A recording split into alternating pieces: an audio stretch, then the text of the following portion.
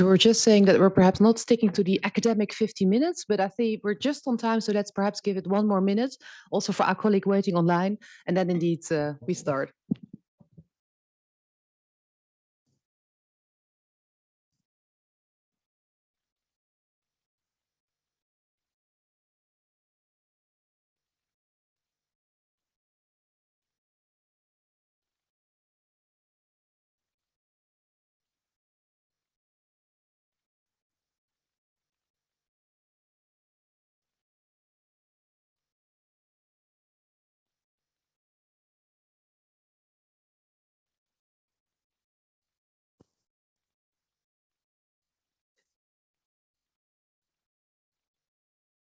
Good afternoon, everyone. Very happy to see you at the European Policy Center this afternoon.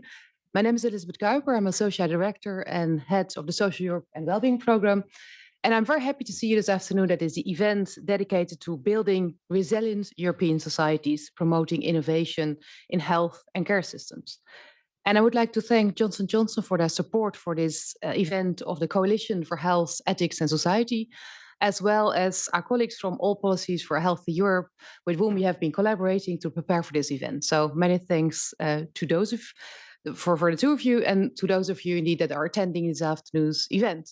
It's very good to see you. We're just saying that actually early July is still very busy in Brussels. So I gather there has been a lot of competition for our event, and perhaps you had the decision as to which event you will need to attend. So it's very good to see you, and a warm welcome to the European Policy Center. So we really are going to focus indeed on what it means to have resilient healthcare systems. And I think in a way, perhaps after COVID-19 and the lessons learned from the pandemic, I don't need to introduce that topic, because I think also from a recent report from the OECD that we're going to learn about later this afternoon, we learned that resilient health and care systems are defined as those with the ability to plan for and absorb shocks. And clearly, COVID-19 has been a huge shock to the healthcare system and to the care systems. And I think with aging population and declining workforce and growing inequalities, also due to the Russian invasion in Ukraine and the current geopolitical context, it doesn't need introduction to say that indeed we need to ensure that healthcare systems are resilient, and that needs to be a priority in the upcoming mandate of the European Commission and the European Parliament. Because we have seen that health is essential for societal and economic progress and economic stability. I think when we saw during COVID-19 that indeed a healthy population has a big impact also on the economy, and that actually a healthy population is very important also for economic recovery, I think then people came to understand what it means to say that health in all policies is very important. So in that respect, we have also seen with current developments that EU's ecosystem for health innovation is at risk of new dependencies. We have seen indeed during COVID-19, as well as now with the Russian invasion, indeed that in Europe, we had discussion in the past already about what it means to be losing ground to other parts of the world, like the US and Asia. But I think the pandemic brought that message home even closer. When we saw that indeed we were reliant on masks from China, at some point we realized that paracetamol and ibuprofen came from India and they closed their borders. And I think that hit home. And I think that was a very clear political message about the fact that we need to balance innovation with inequalities. And in that respect, this afternoon, we're really keen to reflect on these questions. I think also in light of the instrument that EU has, because we have seen since the start of the pandemic that the instruments and the competences that we have for health really have increased. We now have a European Health Union. We have a pharmaceutical strategy that just has been presented that also indeed tries to square that balance between innovation and inequality, also issues to do with access and availability. We know, of course, that we have issues like and policies like cohesion policy, instrument like Horizon Europe. So again, the question is, at this point in time, where do we stand at the end of the mandate of the current European Commission, and where does that leave us in light of the upcoming mandate? So I'm delighted to have a very, I think, experienced speaker with us this afternoon. We're going to start with our colleague from the OECD. I think that's always very good to start with OECD because you have plenty of important data that indeed I think we should use to set the scene and to actually focus on what is it that we need for the next crisis? So, Frederico, we are very happy to have you with us online. Just also based on lessons learned from the pandemic. Can you hear and see us well? Yes, I can hear you too very well. Thanks. Well, thanks so much, Frederico, to be with us. I mean, we hear you also very well. Yeah. And indeed, in our exchanges prior to this event, we have been saying that we would be very interested to perhaps first learn a bit more about your recent publication about getting ready for the next crisis, investing in health system resilience, and the action that is needed to improve healthcare systems resilience and reduce the impact of future shocks.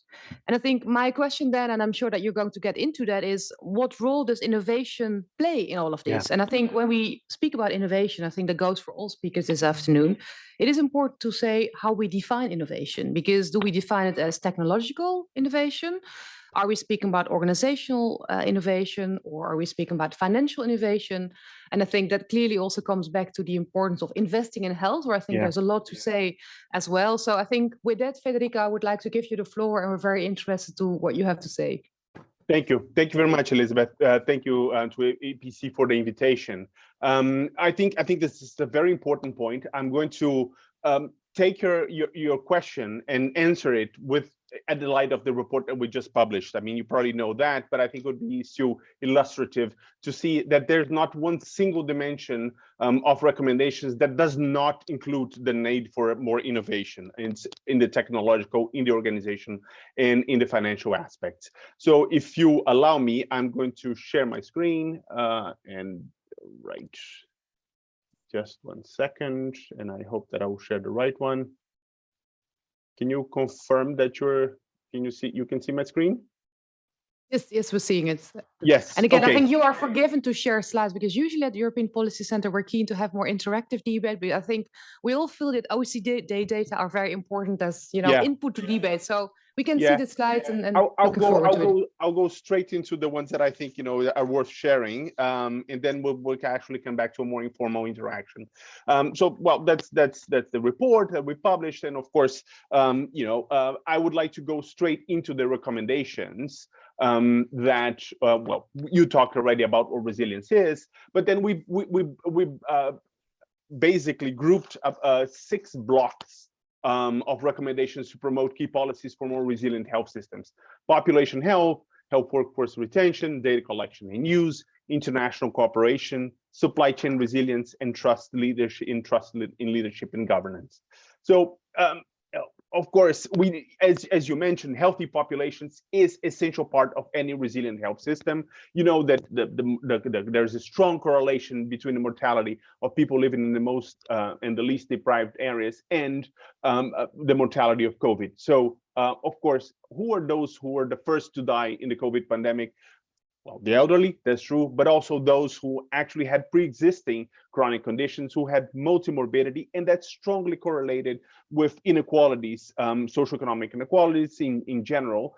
So in the first place, getting to more healthy populations is a key strategy to actually need more resilient health systems.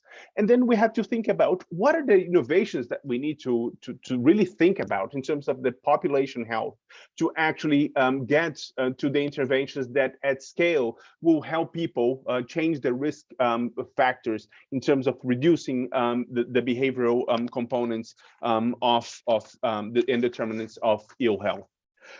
Second point, workforce, right? So my second recommendation, I think this graph, I really like to present it because the correlation is so striking in terms of the size of the health and care workforce and the excess mortality during the pandemic. And so the correlation is striking. So the countries that had more excess mortality are the ones that have fewer health and social care workforce. Of course, it's not easy to expand the workforce.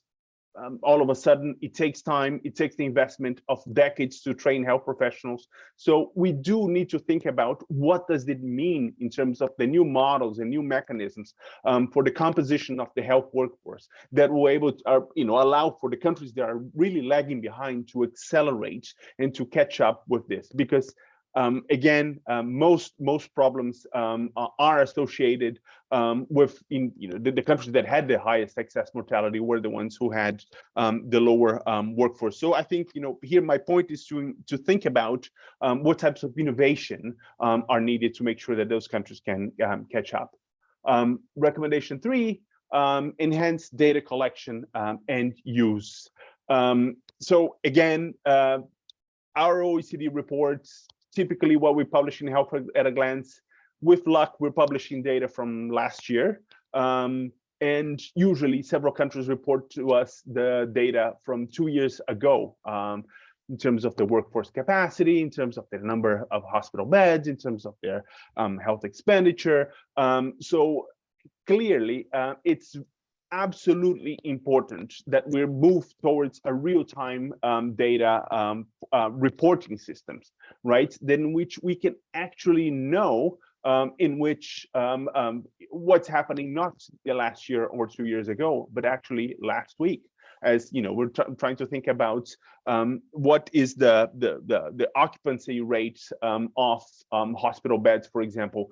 Which areas are being most affected? Which areas have spare capacity? How can I reassign and reallocate my resources within the health system? So I think it's striking to me in this graph that shows that every country that we talk to in the OECD have reported having one of the key factors into being able to have system-wide policies for critical care is actually putting together a system for reporting real-time data. More than anything else, more than actually expanding networks, of using crisis protocols, of adapting, say, temporary facilities in hospital beds, but actually getting the data to know what's going on with the system is absolutely important. Of course, new models of care were implemented associated with that. So, how the COVID pandemic generated a spur of innovation with a move to telehealth. And of course, the countries that have a more mature digital infrastructure are able to deploy these tools more effectively, because actually you can get the patient data remotely, real time, ready for the consultation, even if the doctors and the health professionals are not able to access the healthcare facilities and have to take the teleconsultations from other places. So I cannot emphasize enough about the importance to modernize data collection and use. Fourth point, bolster international cooperation to respond to a large-scale disruption, right? So, of course, one of the big success stories of COVID pandemic was the acceleration of the development and deployment of vaccines. But we really had a problem with distribution. So we had the Latin American region, for example, was the one that was most strongly affected by COVID in the entire world. I mean, the mortality rates in Latin America were 1.5 times higher than that observed in the OECD. So that's a region that has a tradition of vaccination. So vaccine hesitancy was not the determinant, was really actually access to the supplies of vaccine and the platforms for delivery needed to vaccinate your population quickly. So I think it's absolutely important moving forward to continue with this mindset. Well, how can we actually plan for the next pandemics? How can we actually set a permanent platform and structure for the innovation, say for the challenges ahead associated, for example, with antimicrobial resistance, with new pandemic viruses that have pandemic potentials that we need to prepare for. So that's not only in terms of the innovation to ensure that there's a platform for the development of the new molecules and the new agents that are needed to vaccinate our populations and to respond to future threats, but also how to actually distribute and how to deploy it and how to make sure that those go very quickly to the places that have most needs. And that's the best way to actually control any threats early on. Fifth point, and this is a really, really important one to promote the supply chain resilience. So we had all countries reported problems getting some critical supplies during the pandemic. That changed through time. Some supplies were actually more initially in the early phases of the pandemic, countries had difficulties getting to them, such as PPE. As you see, 88% of the OECD countries said, well, it was a problem in the beginning, but it was resolved. But when we're talking about some other things, such as even oxygen, right, which is a basic staple of healthcare systems everywhere. So more than half of the OECD countries, nearly half of the OECD countries reported having a problem. And the other things were persistent throughout the pandemic, such as monitoring equipment, for example. So, and here, the thing is that the solution for these problems required the coordination of several different actors.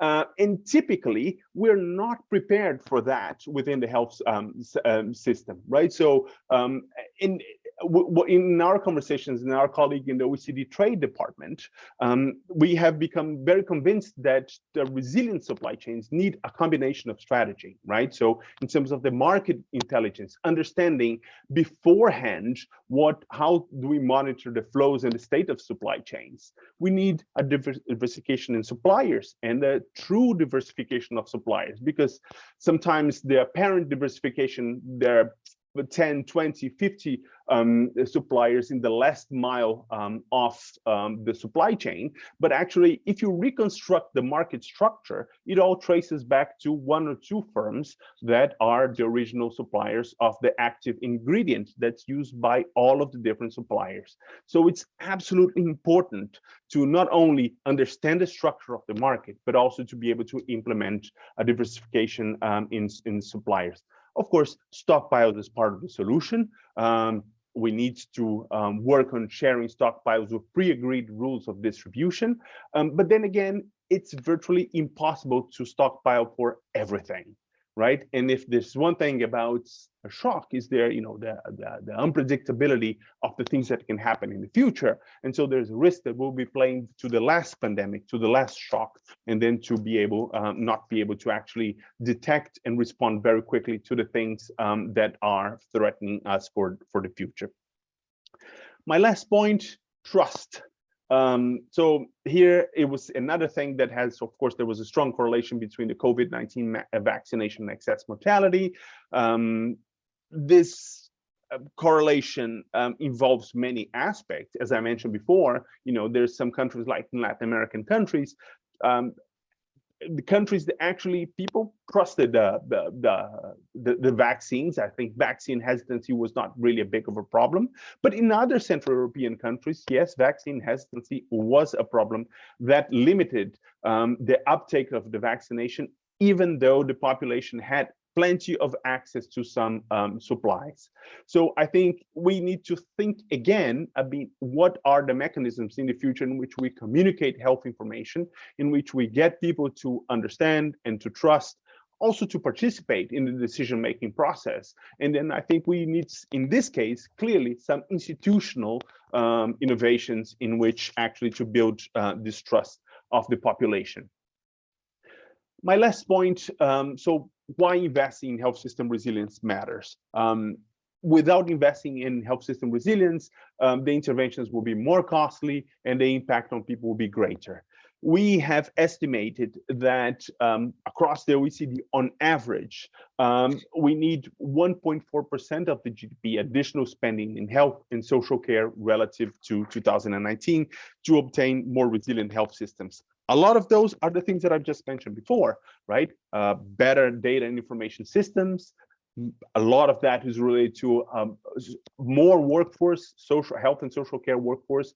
Better policies to improve resilience will also actually lead to improved performance and efficiency in the systems. So I think this is the point in which there's a strong connection with the discussions of today, in which how can we actually meet these ambitious goals with, just continuing doing business as usual? So I think this invites us to change our mindsets and change the ways that we have been approaching some of these problems, because if just continue to do the same things as usual, we're not going to be able to achieve more resilient health systems. I'll stop here, Elizabeth, but I'll be more than happy to continue the conversation after my fellow panelists intervene a bit more. Thank you. Thanks so much, Frederico. I think that that was very interesting, and also from my side, and I'm sure also from the audience side, led to a lot of questions, actually. I think also on the last part about the importance of investment in health. But perhaps let me ask you one question before I move on to the next panelist, because I think very clearly you set out the importance of better data information. I think especially in the current context, there is a lot of debate about data, not to speak about artificial intelligence.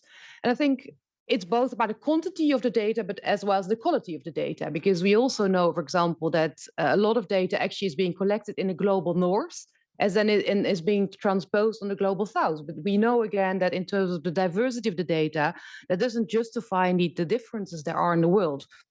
And in that respect, especially if we're having this debate rather at the end of the mandate of the current European Commission, if you were a commissioner for health and if you had that European outlook, what was the one recommendation that you would give us when it comes to the importance of data and in having better informed decision making in light of innovation?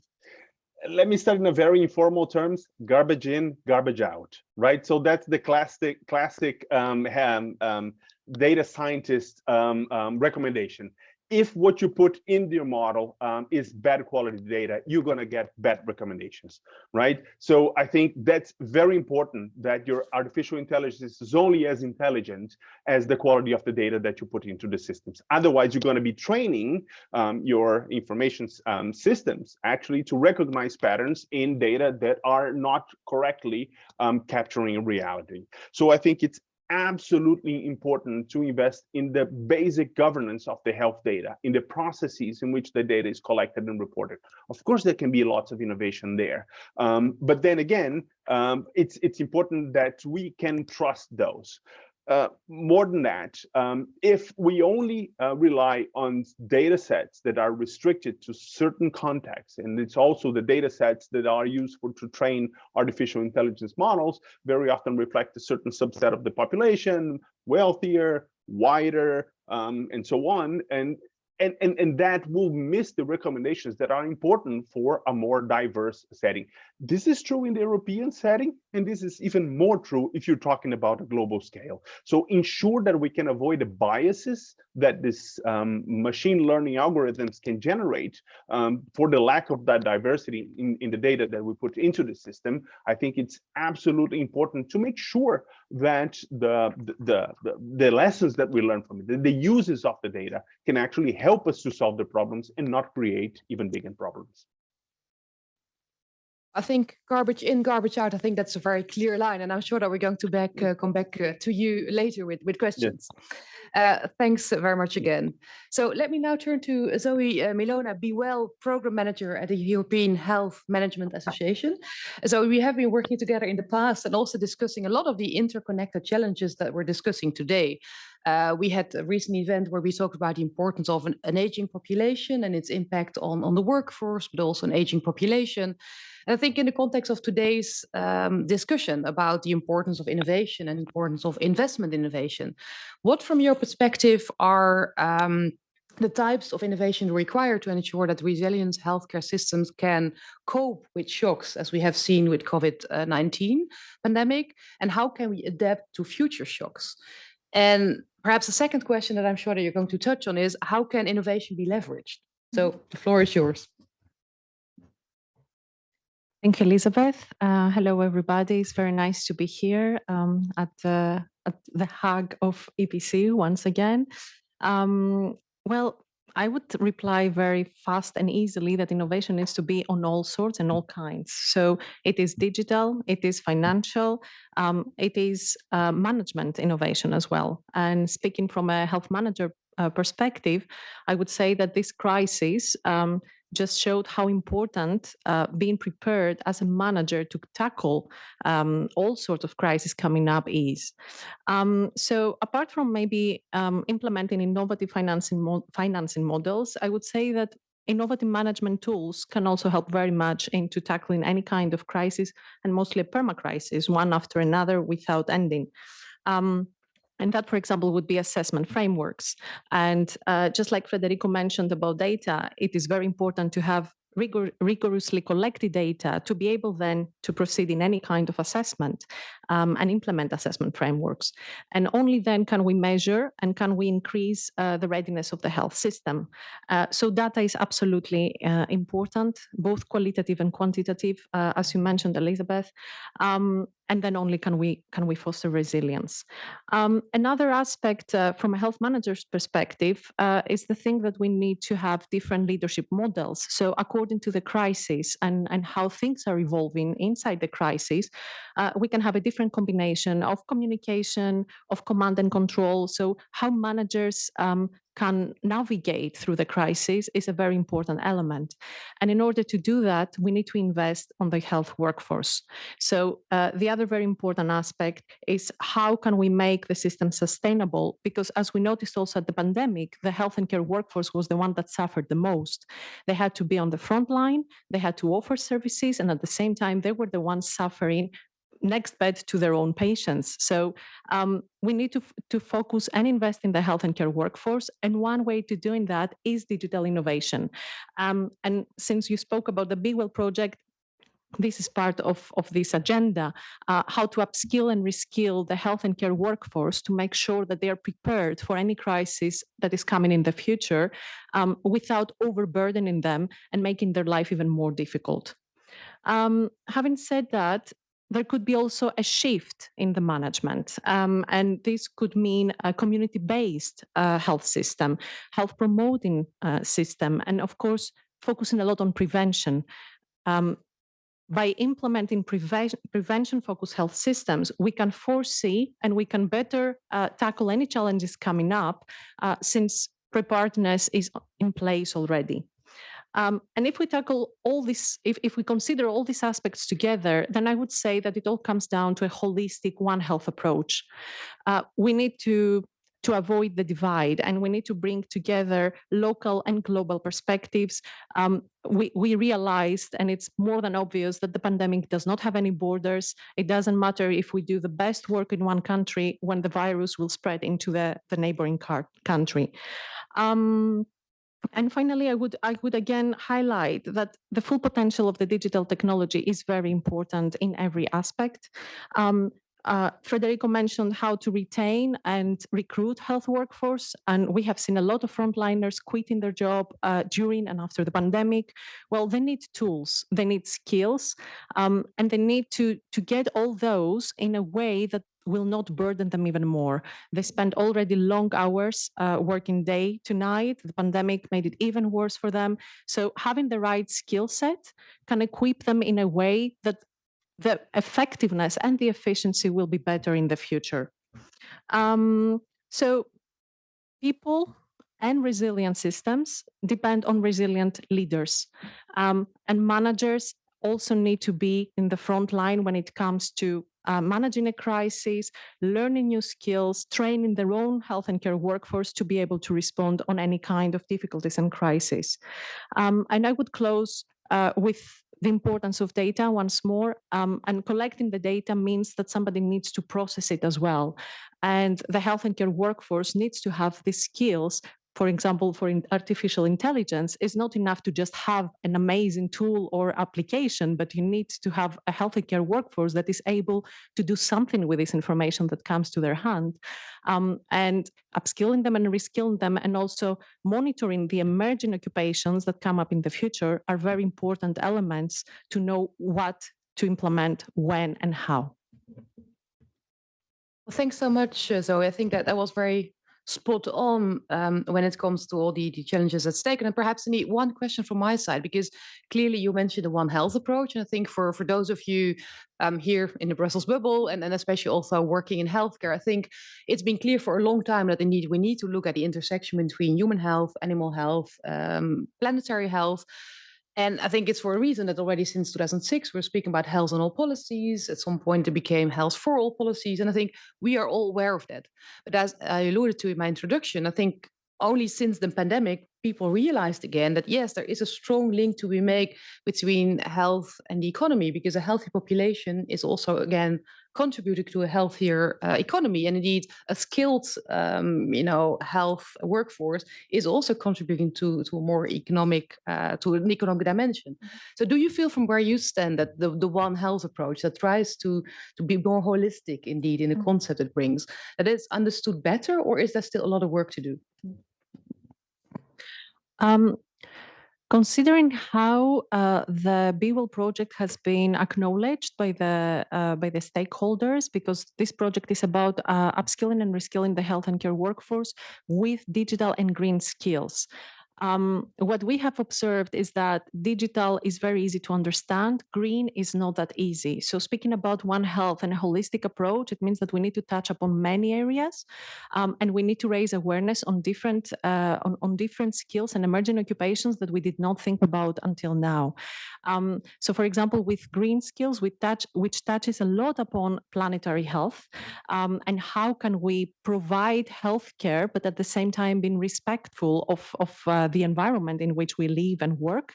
I think it will take a little bit more effort to bring all these elements together and make sure that holistically we understand what we're talking about.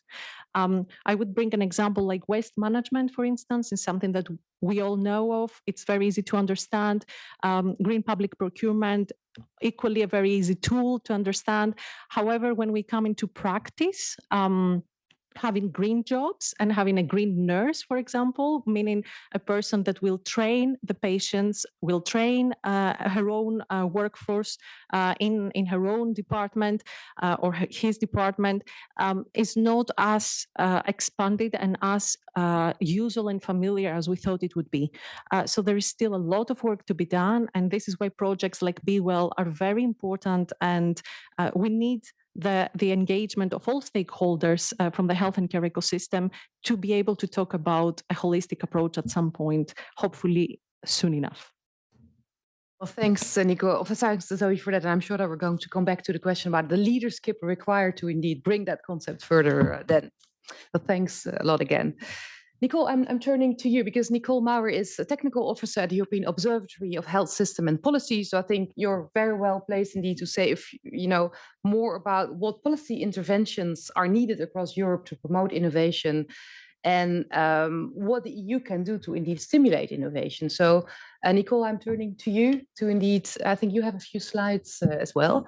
Yes, I have to apologize, Elizabeth. You said OECD is excused if they have slides, but the observatory also has a lot of evidence-based, evidence-informed publications. So I hope it's okay that I share a couple of slides. I promise there's not a lot of text on them. So thanks again for inviting me to speak here today, and it's very interesting to hear what other people on the panel have already touched upon. I've been taking notes throughout. Let's see if this works. Yes. I'm going to reflect a little bit today about which policies are needed and what role the EU can play in promoting innovation in European health systems. And echoing what Frederico was already saying, I'd like to start by taking a step back and thinking about what the COVID-19 pandemic has shown us about innovation and what it has taught us. So we've spoken about COVID a lot over the past few years, and it seems to be a crisis that is by now behind us. But there have been some very important takeaway lessons. The first one being that a lot of the innovations that we would like to implement before the pandemic were facing barriers. And these are not technological barriers, but organizational barriers, financial barriers, legal barriers, regulatory barriers. And in light of the pandemic and when the innovation was really needed, we were able to overcome these barriers. One example that was already mentioned, telemedicine. In some countries in the EU, this became reimbursable. So the framework conditions changed for these services to be used. Beyond innovations that were already existent, we also found that new solutions were developed very rapidly. Think about the vaccines.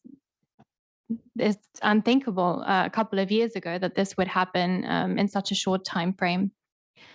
Tying into this also the engagement between the public and the private sector, and that fruitful collaborations are possible.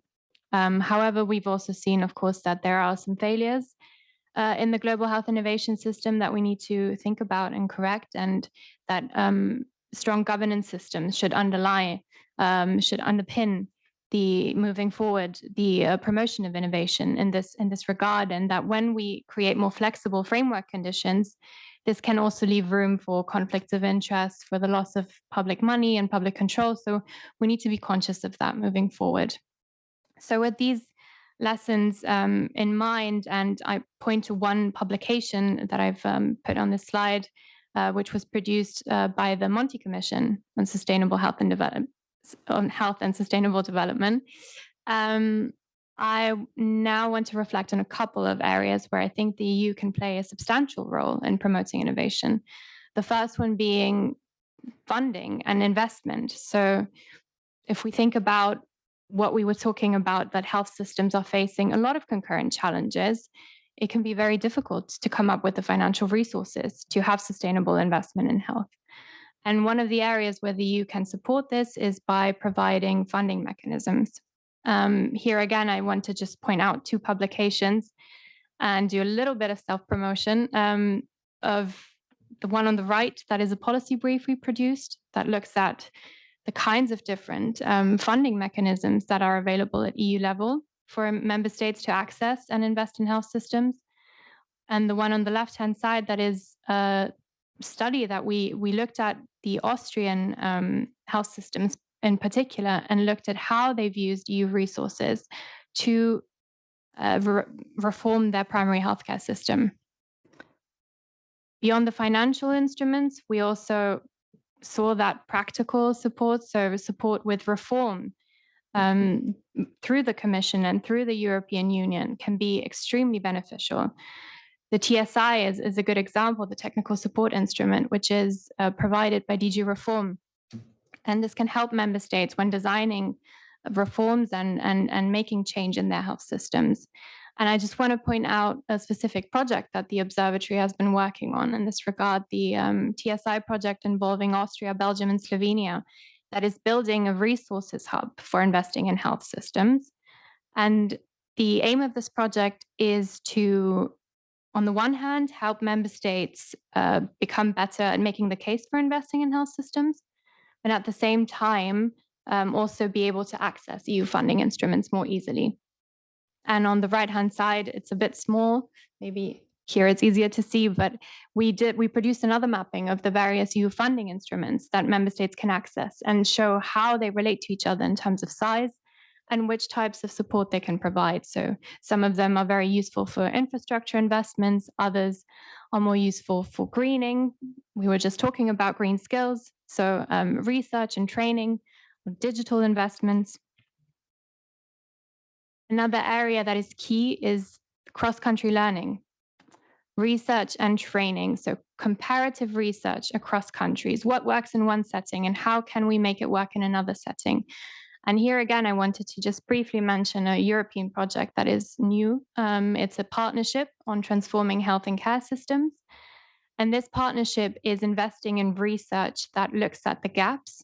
So filling knowledge gaps on what unmet health needs are in health systems and taking this to transfer scalable solutions, looking at how they can be adapted to other settings, so other countries, as well as creating a platform for cross-country exchange and capacity building, twinning exercises. So it's, again, a way in which we can bring countries together, learn from each other, and inform what works in one place and what could work in another place as well. Finally, taking a bit more of a global perspective, the EU can play a substantial role in steering innovation into areas of unmet need and areas that have been underfunded for a long time. If we think about strengthening research capacity in low and middle income countries, developing countries, again, I've included a project that seeks to invest in research infrastructures to develop and build up research capacity, or strengthening the manufacturing capacity and the vaccine and therapeutic production capacities in developing countries as well. There's again a project that I've listed.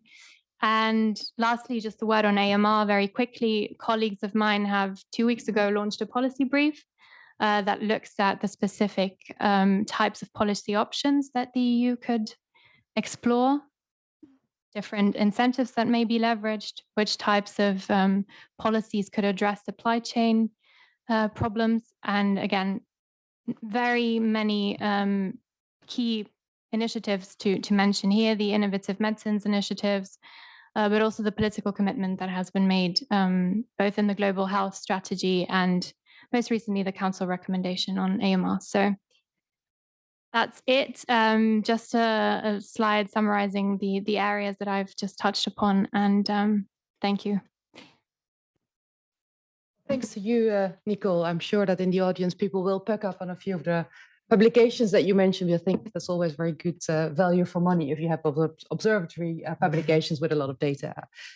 So I would like to pick up on one element which I thought was interesting, because you mentioned the importance of funding mechanisms, and you also said that, of course, during the pandemic, we have seen that there was perhaps a renewed interest in public-private collaboration, leading to the vaccine investment and research and development. And I'm wondering also, because of the fact that, of course, we have been seeing in the past conceptions about public investment and the role of governance, where perhaps they were more seen as, only stepping in when there was market failure.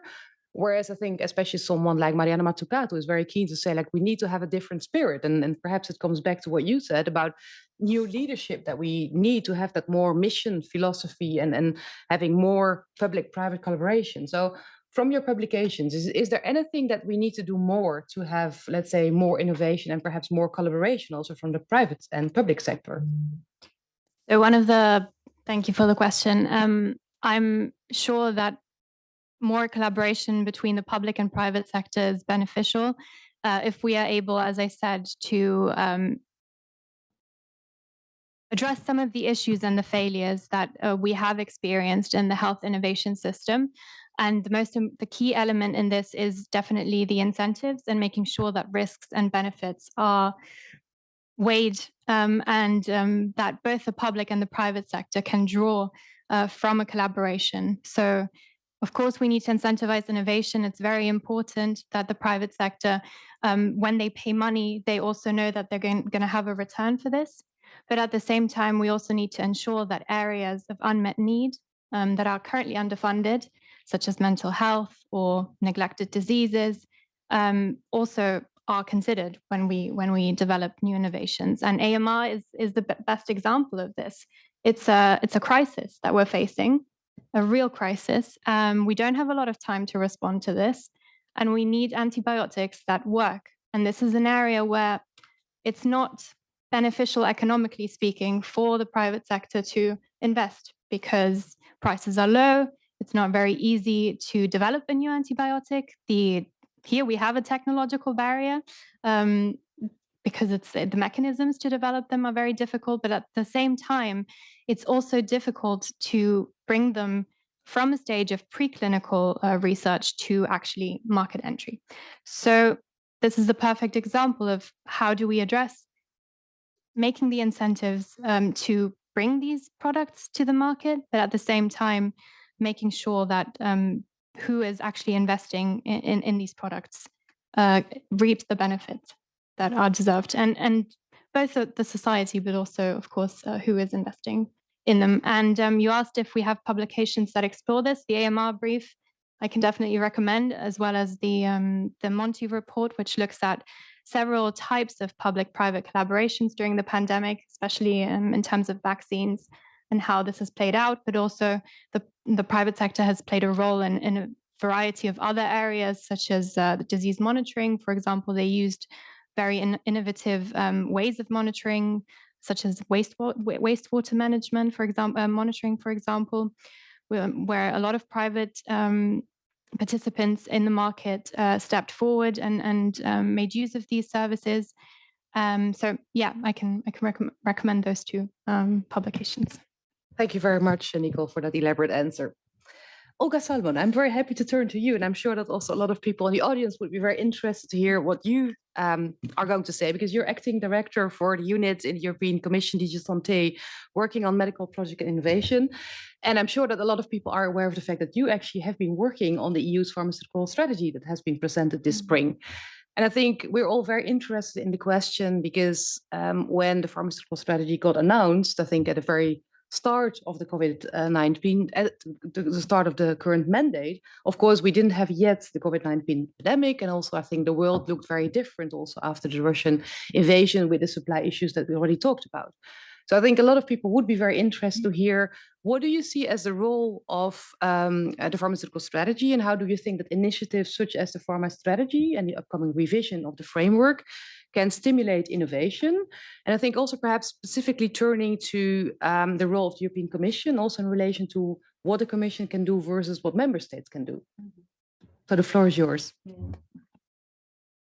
Thank you very much, Elizabeth. And it was really very interesting for me to hear the previous speaker, because their perspective, it was much more broad with regard to health systems, and at the same time, it is also very interesting to see, how, the focus, as you said, the directorate and the pharma strategy is much more narrowed and focused on pharmaceuticals, medical products, etc. However, listening to the previous speakers, we see that the threats and actually, the problems or issues that they come up are very common, because even so, I heard about resilience of health systems, data, the power of data, also how to use them, the governance, the skills, the need, for upskilling, the resilience of the health systems unmentioned. So all these were very AMR as well, also from the medical and medicinal products point of view. I mean, what we learned from the crisis, as you said, we start the reflection, with having the medicine's life cycle in mind, and actually, even more specifically, the legal framework, how the legal framework of 20 years has actually performed in providing innovation, but also at the same time, dealing with new issues like patient access, equitable access, etc., because there was new parameters which were not at the time that the legislation was developed, which was more, focused on innovation, but also safety, efficacy, quality. So the element of access, was there. And what it was, when we were developing the pharmaceutical strategy, what we were confronted, it was, access, affordability, availability, already shortages were an increasing problem. But also, we could see new opportunities, like digitalization, breakthrough innovation coming. And, the issue from the beginning, I wouldn't call it a problem. It was how can we actually balance in a new pharmaceutical strategy, these tensions that, appear as tensions between innovation and access and availability and affordability. Then the crisis came, and actually it was a very good stress test about the reflection that we started, with the strategy. And what we saw, it was that the COVID-19 proved that, accentuated all the problems that we have identified. I wouldn't say that, we saw something totally new. We saw that, we need innovation. I mean, previous, panelists spoke about, the amazing thing that we saw, with the development of vaccines. Also, we tested our system in terms of performance in authorizing these products, in a short time. At the time, it felt that it was long and we were slow, but in reality, we saw that, we had a system that, could perform well, in time, at least in terms, of evaluation of these vaccines and authorization. The distribution, it was a different issue. But at the same time, it really showed that, we needed to address, issues. Also, we saw the potential with data. The amazing Frederico mentioned, the power of the data. We saw it coming, with the vaccines, with different infrastructures like the Darwin from EMA to use, the amount of data that they were coming to be able to see the vaccines, which were administered at the same time, the results, and, be, how can you say, ascertained about, the security of the products. So all of this came, as a lot of information at the time we were developing the strategy. And actually, now a bit, if I say, how we can contribute into the health systems and innovation, with regard to the reform of the pharma legislation, we try to actually, balance,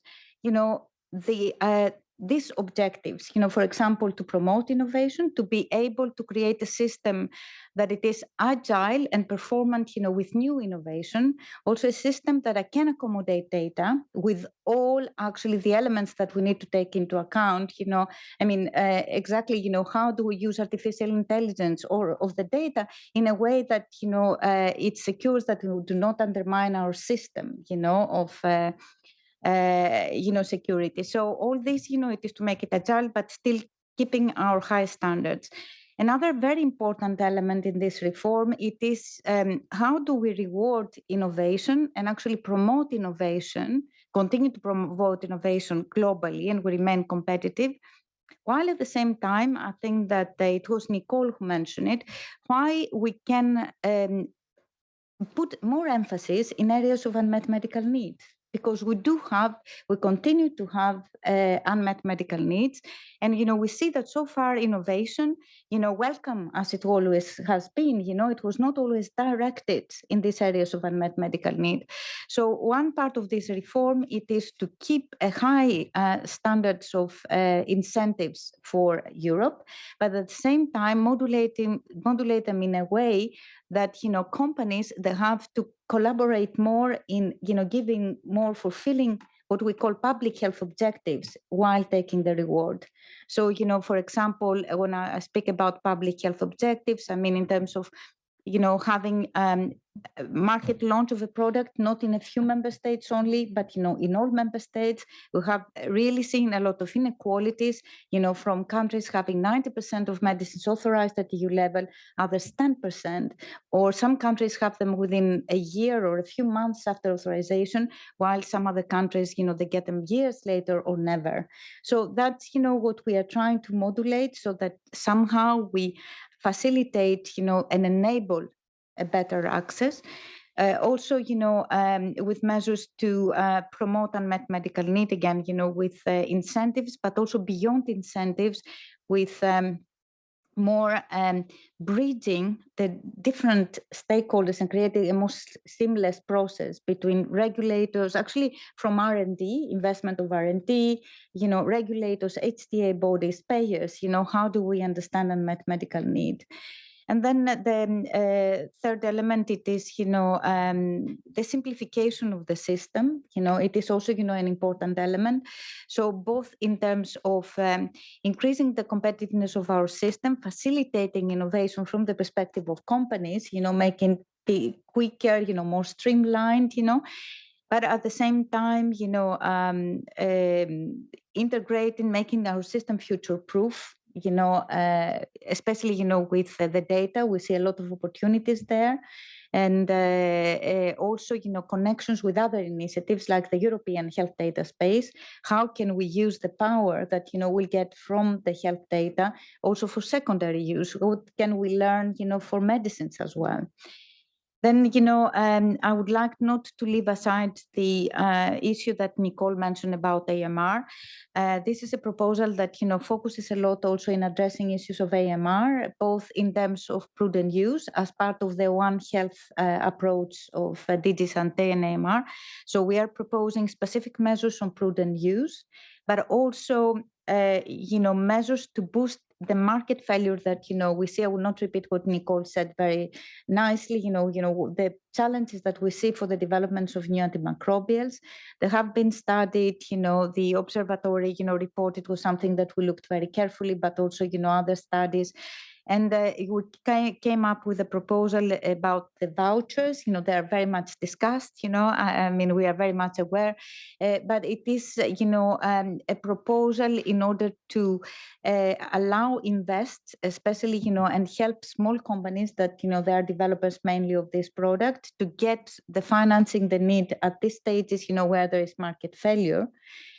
And then, secure, of course, the presence, because this is very important, to secure the presence, the continuous presence of these antimicrobials. And that will be for really novel antimicrobials that they are capable of addressing, the antimicrobial resistance. And then, a third package on shortages and the resilience, but, I will not speak more because it is a big package, of, revisions and reforms, so as I said, it goes, beyond the pharma review and creates connections with other initiatives, in different areas. Absolutely, Olga. I think especially that last point is a very important point because it will not only keep you busy for the years to come, but I think also it leads to a really interesting conundrum, I find, because you mentioned the balance of tension between innovation and access. And I think oftentimes member states leave you in a very impossible position as the European Commission, because innovation clearly is more like a single market competence where you have industrial policy and a lot of instruments and also budget at the EU level. Whereas access, after all, at the end of the day, is a member state competence. So these member states that say that they would like to bridge the gap, and as you rightly said, want to shorten the life cycle of a product so that, yes, after the launching of the product at EU level, they want to see it at their markets as well. However, that also would mean bigger investment in health. And there you see that not all member states are that much in favor at the end of the day of these measures. So how are you going to deal with it in the years to come? Because I know from the proposal that the Commission has been trying to put that together. And indeed also on the industry now, I think, oblige the industry to indeed launch product in all markets, I think, which is a good thing because it leads to the right discussion about how can we ensure that all patients are considered the same in Europe throughout the European Union. But how do we indeed also ensure that then we have that right level of innovation and investment? You're touching a very important point. I will start first, a bit again, from the more narrow area of, the pharmaceuticals and, what we are proposing. And then, I will go a bit to more general about what the EU is doing in terms of supporting member states in this, investment and transition to more investment. I mean, with the pharma legislation and the revision, you are very right to say that, we have mainly, the competitiveness from, the case, of innovation and, authorizing medicines, etc. The member states, they ask us since 2016, and probably you remember from your time in the council, that to look into how the pharmaceutical system, and the incentives contribute to actually this issue of access. So in this direction, we looked a bit, the incentives and how they can contribute. We cannot solve the problem alone. It's not like with the revision of the legislation, now we have solved the problem of access. But what we do, it's not only, we are through the incentive encourage industry to go to all 27 member states to get the maximum incentive, but this also gives responsibilities to the member states, because member states, they ask for more access for their citizens, so they need to engage also, in this process. It's not an obligation for any of them, and this system and what we propose is not always very well understood. It is a dialogue that it starts, which we do not have now in all member states, and it can facilitate the process. It can, encourage industries that, we have to be honest. Today, it is kind of a decision that it is totally business, related, and where member states that don't have much power. If a company decides to go to a member state, yes, but member states cannot ask for the product. Now we go into, a step, where at least the dialogues will start, but a member state will not be obliged to get the product from the beginning, neither, to say no to a company to get the incentive. So it is kind of a dynamic process. And if you would like, a change of behaviors that, will happen where both member states and industry need to engage, because what we hear as a commission, as you say, it is that, for all, the patient is important. So now it is the time to show it, because this is what we are doing in this proposal. It is to put the patient in the focus, and anyone has to engage. So it is an enabling tool. And also, you ask about the health systems. There are also other provisions about, how we create a more fair system for competition, with more possibilities for generics and biosimilars, which indirectly, can also reduce the cost for health systems. So it is a package. And another important issue, at least, for me, that I think that we do not stress enough, it is the collaboration. I think, through a small mechanism is not something we can impose. Pricing and reimbursement, healthcare organization remain national competencies, but we build a lot of bridges, with many small changes like parallel scientific advice with HTA bodies, more involvement of payers, in discussions like about unmet medical needs, the definition. All this, we hope that it will create more coherence, for and more dialogue between the different stakeholders that up until now they were a bit more of a silo. Then a bit in the bigger picture, I think that you are very right to say that the investment in the health system is extremely important. As the Commission cannot intervene in these policies of the member states. However, as one of the instruments that it is used, it is the policy advice through the health semester. It is an important tool that to advise on country specific tailored solutions. And then, of course, I think again it was Nicole, or I don't know if it was Zoe that mentioned, the money. It is important to support member states, with money, and the recovery and resilience facility. It is an important instrument as well.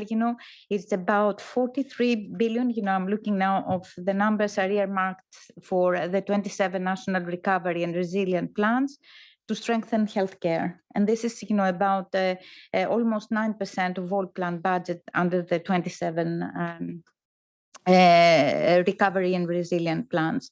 Then the cohesion policy funds are also, an important instrument for regional policy, in order to increase competitiveness, but also increase, inequalities and differences. I will mention again, the EU for Health program, a new instrument, with a lot of possibilities.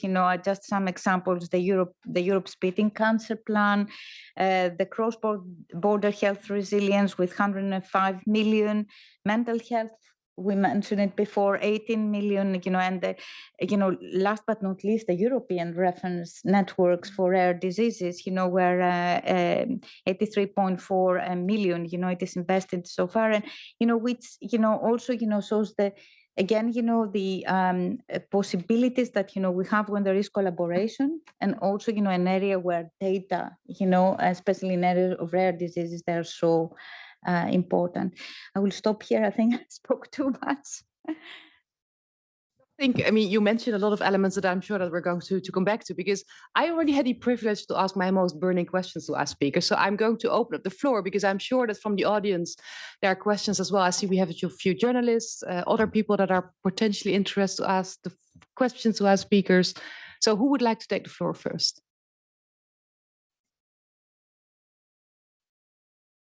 And if not, yeah, great, you have the floor. I think Danielle's coming with the mic, because I think that makes it easier for Frederico to also listen to your question. Hey everyone. Hi everyone. I'm Eleonora Vartunian, representing the European Brain Council and the European Health Parliament 7th edition. My question is about, when we are discussing about resilience, the first question that comes to our mind is always about workforce issues. But my question is more about mental health, and when it comes to the remuneration of nurses. I'm thinking about nurses, for example, moving to UK or USA, or sometimes even in the southeast part of Europe, moving to tourism, or even in the Balkans, because they can have better working conditions, and of course it's safer for them. So when we talk about resilience, the first thought is always about skills, which of course is very important, especially the digital and the greens. But what are we going to do at Europe of bridging this inequality, so we also don't have the mobility of the workforce, which is a huge issue as we are experiencing, all of us now? Thanks, Eleanor. And do you have a specific speaker in mind to answer that question, or? Olga or Zoe, who are, I think, more working on this area. Would you like to to start? Yeah. I mean, I can start, but I think probably, there are people that have more on workforce, I think in general, you are very right. And, the organization of the health systems, and the workforce, within the health system, it is extremely, important. And I think that, just in a general way, the organization and the investment of each country, in the health force, it is an important element to keep, the workers in the country, so it is not like, we would see, kind of an imposing, to the member states how to solve this problem, but rather how reinforcing their capacity, and to attract these workers to stay, in the country. I think, I mentioned before, the country recommendation, the health semester, this goes to the direction and all the instruments that they help, but it is a lot up to the member states as well, to invest in this, context. Yeah. Yes, thank you for the question. You mentioned some keywords. Mental health is very important. And in the BeWell Skills Strategy, which was recently launched, and I invite everybody to get a copy of it in the website of the BeWell project. One of the key objectives is the mental health of the health and care workforce. And providing upskilling and reskilling can actually answer this question as well. So when a professional has the right skills, they have a better way to manage their workload, their time, the way they interact with their colleagues. And this is something that came up very, very drastically during the pandemic because pressure was so big and the health workforce did not have the time or the patience to deal with situations that under other circumstances would be very easily manageable. So providing the right skills even in this area for mental health as well, like how do I manage my own stress? How do I make sure that I protect myself and I set the right boundaries? So very simple things that I wouldn't say simple words that are not easy to implement. So yeah, it's not an answer for everything that you asked, like for the mobility of the health workers, it might be necessary. There are cases that, we have medical deserts, and in cases that there is a lot of personnel. So this is also up to the competency of the member state to see how they allocate their professionals. But having said that, knowing from Greece, for example, where I come from, and one crisis after another, financial crisis, health crisis, social crisis, even the people that left and migrated and are working in the UK, for example, they did have burnouts. It doesn't make it any difference when it comes then to the mental health. So it doesn't matter where you come from or where you go to work. The point is that in every health system, there were these issues. And to tackle them, upskilling and reskilling is one of the answers. But again, I would go for a holistic approach. It's not just one or the other. It's always about combining things. And it's a systemic as well issue. I have a question as well, but I'm looking at the audience to see if there's perhaps questions from your side. Because if not, then I'm going to ask all of you the same question, which I think is important because of the fact that you spoke, Zoe, about the leadership required to deal with all of this. And I think it struck me during the discussion that I think all of you really had similar keywords in your presentation. I think it all came back to the fact that, yes, we now have more competences for health. There's even more budgets for health. We have a lot of programs. But I think the philosophies sometimes of these programs and budgets available are different. For example, you mentioned the cohesion funds, which are very much bottom up, whereas a program like the RFF is much more top down. And I think, again, given the importance of the role of member states, that sometimes leaves you sort of squeezed in the middle, that at EU level, it's very hard to see what kind of leadership do we need. And I think that some of the favorite questions here in Brussels is indeed at the end of the mandate to reflect on, well, is the Commission structure still fit for purpose? And I can imagine, Olga, that you're not going to speak out what you think of that being part of the Commission, but I'm sure that others perhaps have opinion on that, because here at the European Policy Center, we have been writing about the need for a vice president that captures the well-being economy, being that concept that really looks at the intersection between health and social areas and environmental dimensions. I know that others indeed have been saying we need to have a commissioner for One Health to also make sure that that is not only being dealt with at the level of a director general, but really also at commission level.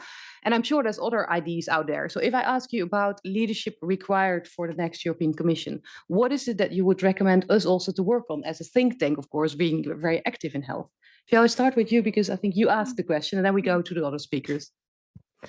Yeah, so apart from the main elements that I mentioned a few minutes ago on finding new tools for managers, on having innovative financing models that will help the managers do their job, I would be a little bit more human, I would say, at this point. And I would say that we need empathic leadership.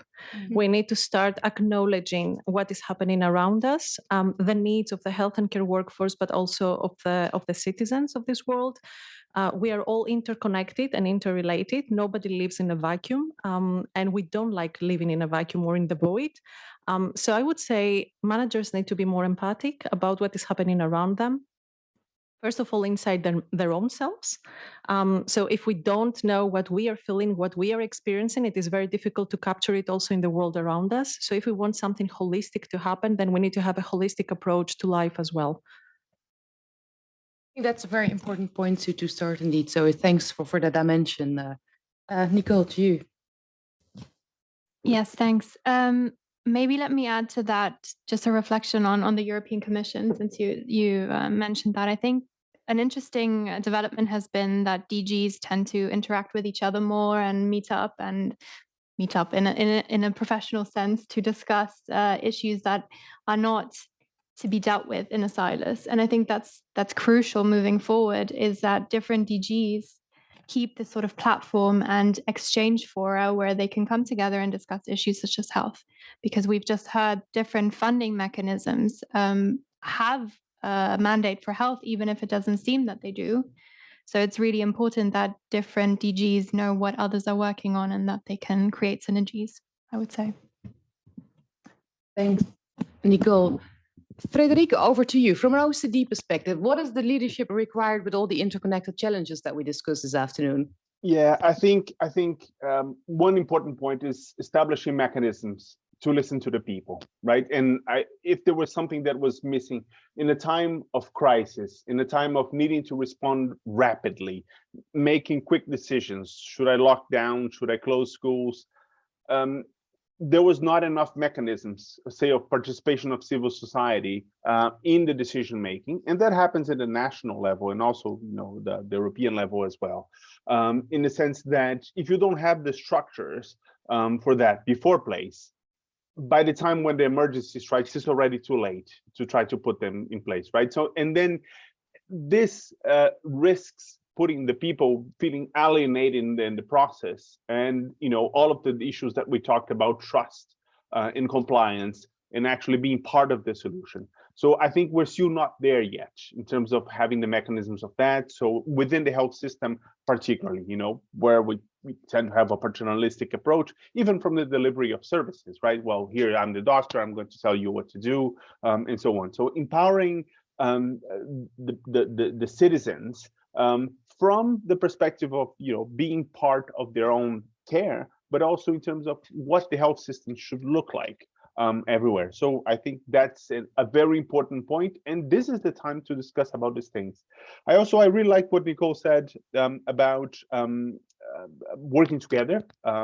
Several of the innovations that happened during the pandemic were cross-cutting. For example, the work that DG SANTE and DG Connect did for the development of the European certificates, right? The digital COVID certificates were such extraordinary success, implemented in all EU countries and plus 40 other countries. That was something that was quite remarkable, that I think now is the time, for example, to build on those lessons, innovations, the things that happen, and say, how can I actually move this forward and not forget about this innovation that we were able to do because the different areas of the Commission and different areas of governments actually work together. So I think that's a very important point as well. Thanks so much for that, Frederico. So Olga, I think the last word is for you then. What is it that we need to keep indeed health and also innovation in health and keep that momentum also during the next mandate? I think that, I can only agree, with my colleagues here. Actually, I would say that, for me, I'm not speaking about the Commission. I will not comment on structures, indeed. But, for me, when we speak to health, we are so close to people and very much like Zoe's comment, so we need empathetic and actually, with focus on what people need. Sometimes we forget, and, as policymakers, as decision makers, we need to actually focus on the needs of the people, at all levels, at European level, at national level. I think then, whatever we call it, health in all policies or one health approach, it is obvious, and especially after the crisis, that, it is a necessity to put more importance in health. Again, at all levels, so for me, this is, something which is evident. We need to invest more in health.